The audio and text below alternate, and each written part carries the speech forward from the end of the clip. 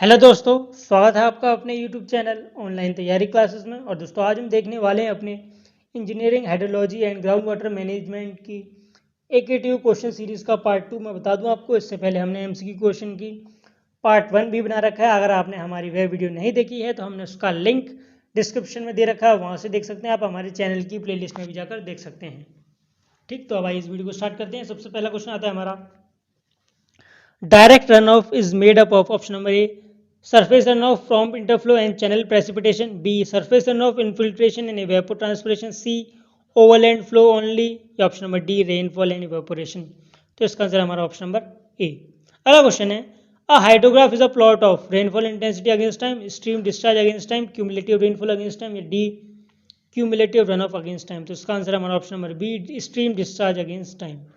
अगला क्वेश्चन आता है, the term base flow denotes, option number A delayed groundwater flow reaching a stream, B delayed groundwater and storm melt reaching a stream, C delayed groundwater and interflow, या option number D the annual minimum flow in a stream। तो इसका answer होने वाला है हमारा option number ए, जो कि है delayed groundwater flow reaching a stream। अगला क्वेश्चन है हमारा, virgin flow is, option number A the flow in the river downstream of a gauging station, B the flow in the river upstream of a gauging station, C the flow unaffected by works of man, या option number D the flow that would exist in a stream if there were no abstraction to the precipitation। तो इसका answer होने वाला है सी, जो कि है the flow unaffected by works of man। अगला question, an ephemeral stream, option number A is one which always carries some flow, B does not have any base flow contribution, C is one which has limited contribution of groundwater in wet season, या option number D is one which carries only snow melt water। तो इसका answer होने वाला है हमारा option number B, जो कि है does not have any base flow contribution. अगला question, an intermediate stream, option number A has water table above the stream bed throughout the year, B has only flash flows in response of storms, C has flows in the stream during wet season या due to contribution of ground water, या option number D does not have any contribution of ground water at any time. तो इसका answer होने वाला है हमारा सी, जो कि है has flows in the stream during wet season due to contribution of groundwater। अगला question, the flow duration curve is a plot of, option number A accumulated flow against time, B discharge against time in chronological order, option number C the base flow against the percentage of times the flow exceeded, या option number D the stream discharge against the percentage of time the flow is equal or exceeded। तो इसका आंसर है हमारा option number D. अब अगला आता है अगला क्वेश्चन, जो कि है, in a flow mass curve study the demand line drawn from a ridge in the curve did not interest the mass curve again, this represents that, option number A the reservoir was not full at the beginning, option number B the storage was not adequate, या option number C the demand cannot be met by the inflow as the reservoir will not fill, option number D the reservoir is wasting water bye spill. तो इसका answer हमारा option number सी, जो कि है the demand can not be met by the inflows as the reservoir will not refill. बात अगला question, जो कि है, if a flow mass curve a demand line drawn tangent to the lowest point in a valley of the curve does not intersect the mass curve at an earlier time period, it represents that, option number A the storage is inadequate, B the reservoir will not full at the start of the dry period, option number C the reservoir is filled at the beginning of the dry period, या option number C the reservoir is wasting water by spill। तो इसका answer होने वाला क्या हमारा option number B the reservoir will not be full at the start of dry period। अगला question, the flow mass curve is an integral curve of, option number A the hydrograph, B the hydrograph, C the flow duration curve, या the S curve. तो इसका answer होने वाला हमारा option A, जो कि है दी हाइड्रोग्राफ। अगला question, the total rainfall in a catchment of area 1200 kilometre square during a 6 hour storm is 16 centimetre while the surface runoff due to storm is 1.2 into 10 raised to power 8 metre cube. The phi index is, तो हमें क्या निकालना है, हमें निकालना है phi index. तो phi index निकालने के लिए सबसे पहले आपको फाई इंडेक्स का फॉर्मूला पता होना चाहिए, जो होता है हमारा phi index equals to precipitation minus run off upon time, और यहाँ पर टाइम भी हमारा कौन सा टाइम होता है, ये हमारा होता है एक्चुअल टाइम। ठीक, या हम कह सकते हैं इसे इफेक्टिव टाइम। तो अब क्वेश्चन में जैसे कि आप देख सकते हैं हमें क्या गिवन है, क्वेश्चन में हमें कैचमेंट का एरिया गिवन है। ठीक, प्रेसिपिटेशन का टाइम दे रखा है 6 घंटे बारिश हुई है, 16 सेंटीमीटर ये दे रखा है, और क्या दे रखा है हमें, वॉल्यूम दे रखा है। ठीक, तो यहाँ पे हमने लिख लिया प्रेसिपिटेशन 16। हमें क्या दे रखा था दोस्तों, सबसे पहले हमें एरिया ऑफ कैचमेंट दे रखा है, ये एरिया ऑफ कैचमेंट दे रखा है, और ये क्या दे रखा है, ये हमें वॉल्यूम ऑफ स्टॉर्म दे रखा है, हम कह सकते हैं वॉल्यूम ऑफ प्रेसिपिटेशन दे रखा है। उसकी हेल्प से हमने क्या निकाला दोस्तों, उसकी हेल्प से हमने रन ऑफ निकाल लिया।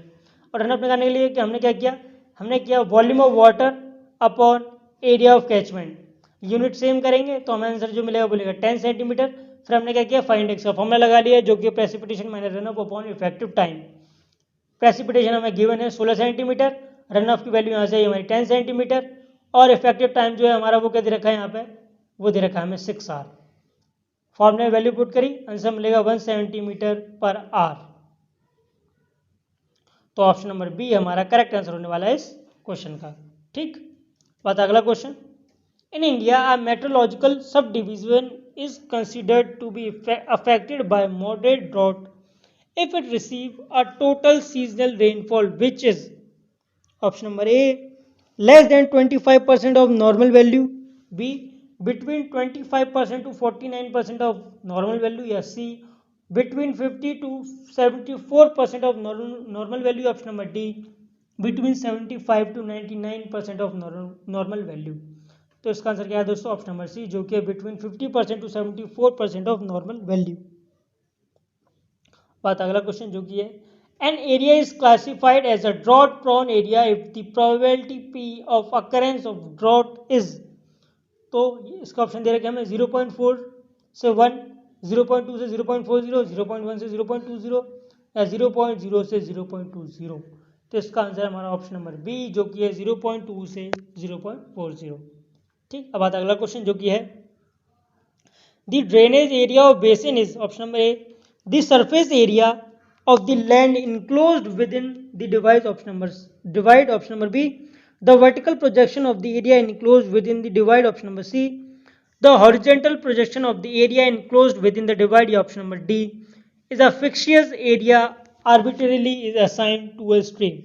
तो इसका आंसर होने वाला है हमारा ऑप्शन नंबर सी, जो कि है the horizontal projection of the area enclosed within the divide। अगला question, the drainage density is the, option number A average length of the stream per unit drainage area within the basin, option number B stream discharge per unit drainage area, option number C annual rainfall per unit drainage area, option number D number of streams per unit drainage area। तो इसका answer हमारा option number ए, जो कि है average length of streams per unit drainage area with in the बेसन। अगला question, when an accumulated mass of snow melts the resulting flow entering a stream is classified as, option number A direct runoff, option number B base flow, option number C subsurface flow, या option number D इंटरफ्लो। तो इसका answer होने वाला हमारा ए, जो कि है direct run off. अगला question, an intermittent river, option number A carries water only after rain, B carries water only after snow melt, option number C carries water most of the time but ceases to flow occasionally, option number D carries water all the time except during extreme droughts। तो इसका answer हमारा option number C carries water most of the time but ceases to flow occasionally। अगला question, in an influent stream, option number A there is a contribution from the groundwater to the stream due to seepage, B there is a contribution from the stream of the groundwater due to percolation, C there is seepage of groundwater in the stream at the site of percolation of stream flow water at the bed, option number D there will be neither seepage into the stream nor percolation from the stream to the groundwater। तो इसका answer हमारा option number B, जो कि there is a contribution from the stream to the groundwater due to percolation।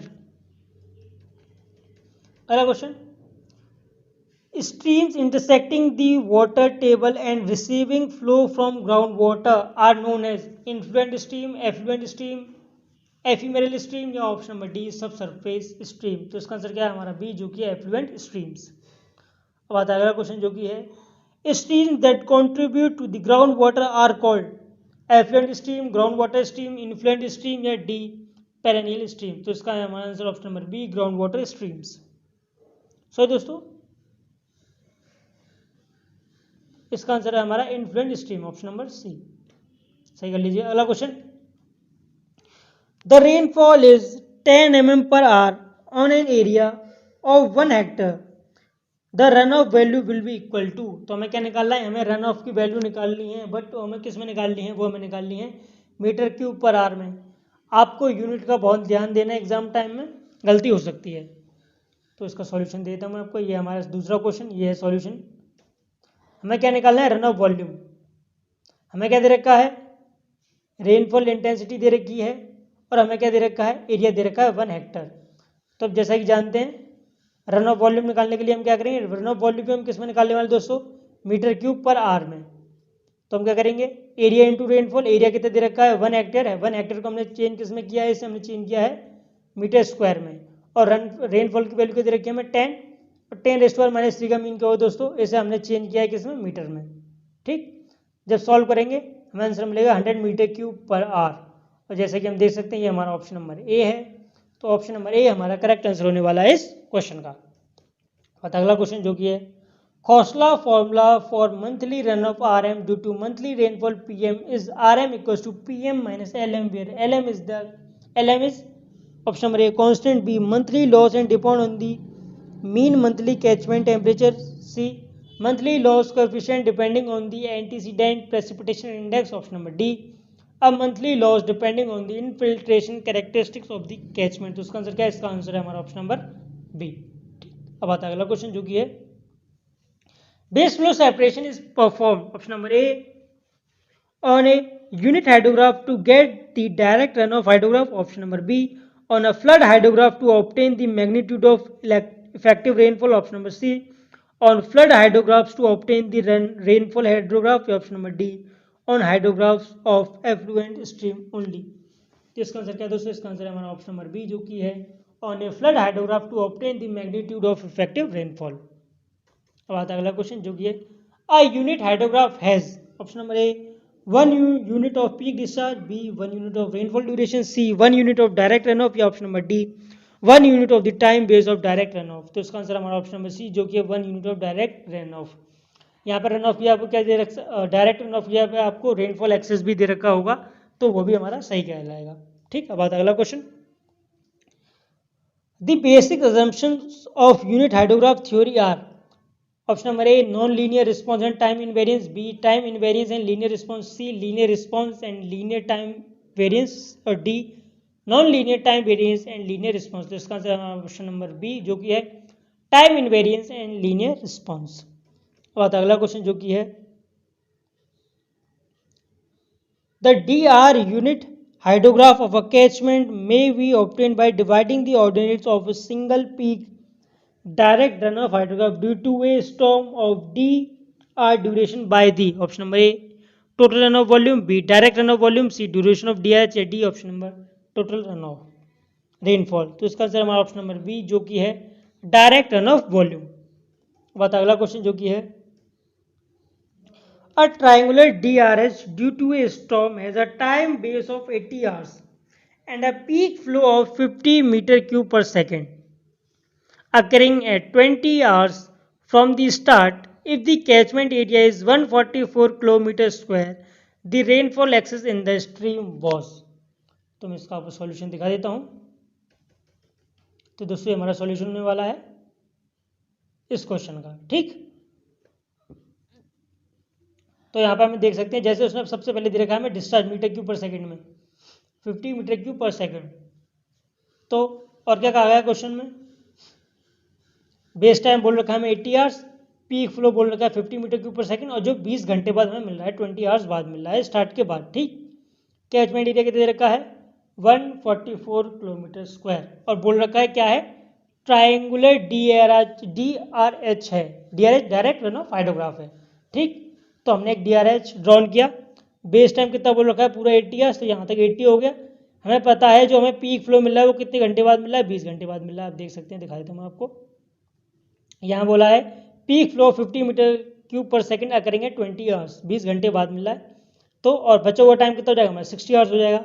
अब हमें यहाँ पर निकालना क्या है, हमें जो यहाँ पर निकालना है वो निकालना है रेनफॉल एक्सेस, और रेनफॉल एक्सेस को हम क्या कहते हैं, इसे हम रन ऑफ भी कह सकते हैं। ठीक, तो सबसे पहले हमने फॉर्मूला लगाया volume of excess rainfall equal to area of DRH।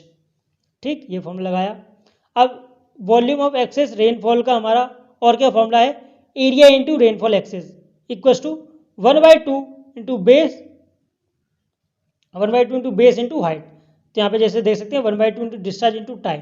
ठीक, हमें पता है एरिया ऑफ कैचमेंट हमें गिवन है 144 किलोमीटर स्क्वायर। तो यहाँ पर हमने क्या किया, सेंटीमीटर में चेंज कर लिया, 144 इंटू 10⁶, सॉरी दोस्तों मीटर में, into rainfall excess equal to 1/2 solve करेंगे। यहाँ पे आंसर वैल्यू मिलेगी हमें 0.05 मीटर, और जब से सेंटीमीटर में चेंज करेंगे तो हमें क्या मिलेगा 5 सेंटीमीटर। तो जैसे कि देख सकते हैं ऑप्शन नंबर सी 5 सेंटीमीटर हमारा करेक्ट आंसर होने वाला है इस क्वेश्चन का। बात अगला क्वेश्चन सेम इसी तरह, एक 12 घंटे का यूनिट हाइड्रोग्राफ है और बोल रखा है ट्रायंगुलर शेप का है, यूनिट हाइड्रोग्राफ है, ट्रायंगुलर शेप का है, बेस विड्थ दे रखी है 144 आवर्स, पीक डिस्चार्ज वैल्यू दे रखी है हमें 23 मीटर क्यूब पर सेकेंड, बोल रखा है यूनिट हाइड्रोग्राफ है, एरिया निकालना है। ठीक, तो क्वेश्चन में क्या है, क्वेश्चन में पिछली बार हमें एरिया ऑफ कैचमेंट नहीं दे रखा था, जो इससे पहले क्वेश्चन था उसमें क्या था, हमें एरिया ऑफ कैचमेंट ये दे रखा था और हमें क्या निकालना था रेनफॉल एक्सेस, बट यहाँ उल्टा कर दिया है, एरिया ऑफ कैचमेंट नहीं दिया गया है, तो हमने मान लिया एरिया ऑफ कैचमेंट क्या है, ये हमारा ए। ठीक, ये हमने बोल रखा है यूनिट हाइड्रोग्राफ है ट्रायंगुलर शेप का, तो हमने बना दिया। पीक फ्लो क्या है दोस्तों, ये हमारा 23 metre cube per second, 144 base time दे रखा है पूरा, सेम वही फॉर्मूला जो हमने ऊपर लगाया था, volume of excess rainfall equal to area of DRH, तो फिर से भाई area into rainfall excess equal to 1/2 into discharge into time, तो सेम वही फॉर्मूला लगाया हमने, area into rainfall excess equal to area of unit run off hydrograph. जब भी यूनिट रन ऑफ हाइड्रोग्राफ की बात होगी तो रेनफॉल एक्सेस क्या लेते हैं हम, वहाँ 1 सेंटीमीटर ले लेते हैं, तो A into 1 centimetre equal to 1/2 into 23 into 144 into 60 into 60 solve करेंगे, वैल्यू मिलेगी 596 किलोमीटर स्क्वायर। और जैसा कि देख सकते हैं ऑप्शन नंबर बी है हमारा 596 किलोमीटर स्क्वायर, तो यही हमारा करेक्ट आंसर भी होने वाला है इस क्वेश्चन का। अब आता है अगला क्वेश्चन जो कि है अ 90 kilometre square catchment has a 4 unit hydrograph which can be approximated as a triangle if the peak coordinate of this unit hydrograph is 10 meter cube per second of the time base is। तो question समझिएगा, अगला question same वही formula जो ऊपर use किया है इससे पहले, area into rainfall equal to area of unit run off hydrograph.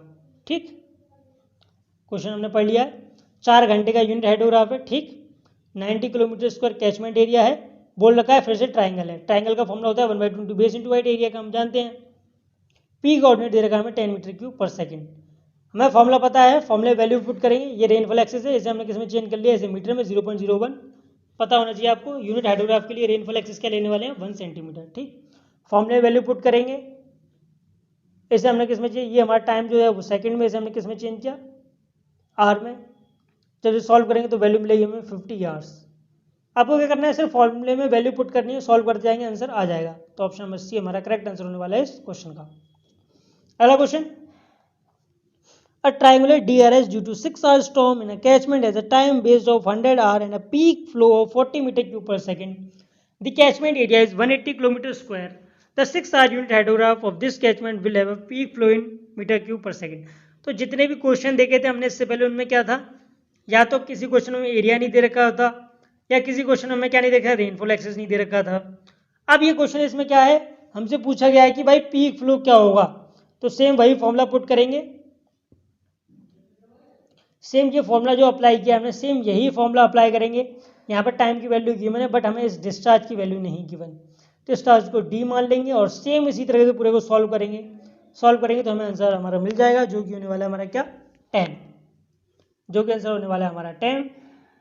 आप इसे अपने आप सॉल्व कीजिए, अगर नहीं सॉल्व हो पाए तो आप मुझे बताइएगा, मैं आपको इसको सॉल्व करा दूंगा, आप कमेंट सेक्शन में बता सकते हैं। अगला question, in an S curve derived by unit hydrograph you of dr duration, तो option number A, the equilibrium discharge is independent of dB, the time base of u represent the time at which the S curve attain its maximum value, option number C, the equilibrium discharge of an S curve is independent of the catchment area of the basin, option number D, the ordinate is in unit of volume.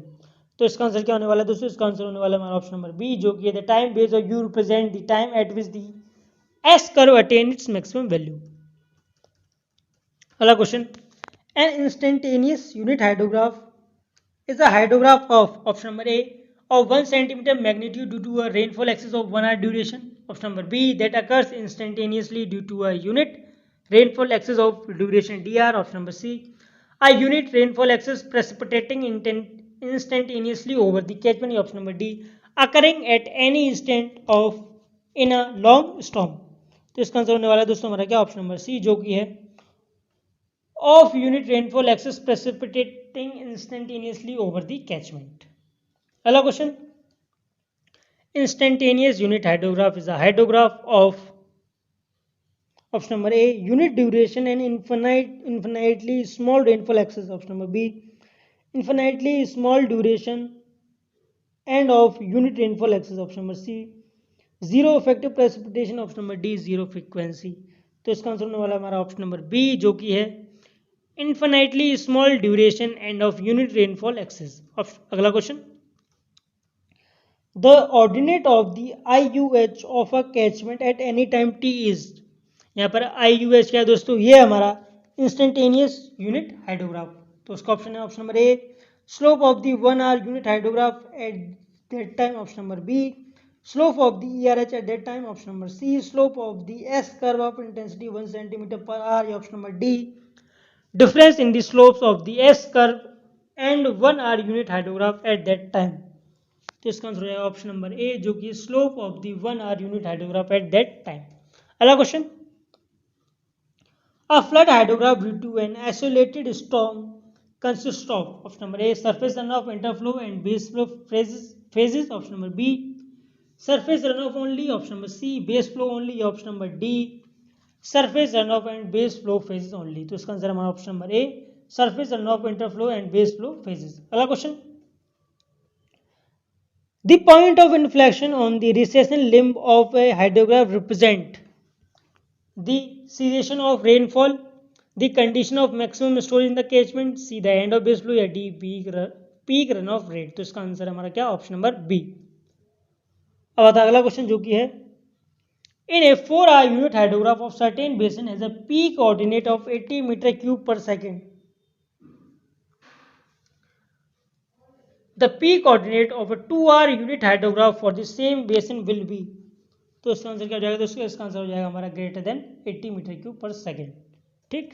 अगला question, in Snyder's method of synthetic unit hydrograph development basin lag is taken as option number A, the time interval between centroid of the rainfall axis and surface runoff, B, the time interval from midpoint of the unit rainfall axis to the peak of unit hydrograph, C, independent of rainfall duration। option number D, independent of catchment characteristics।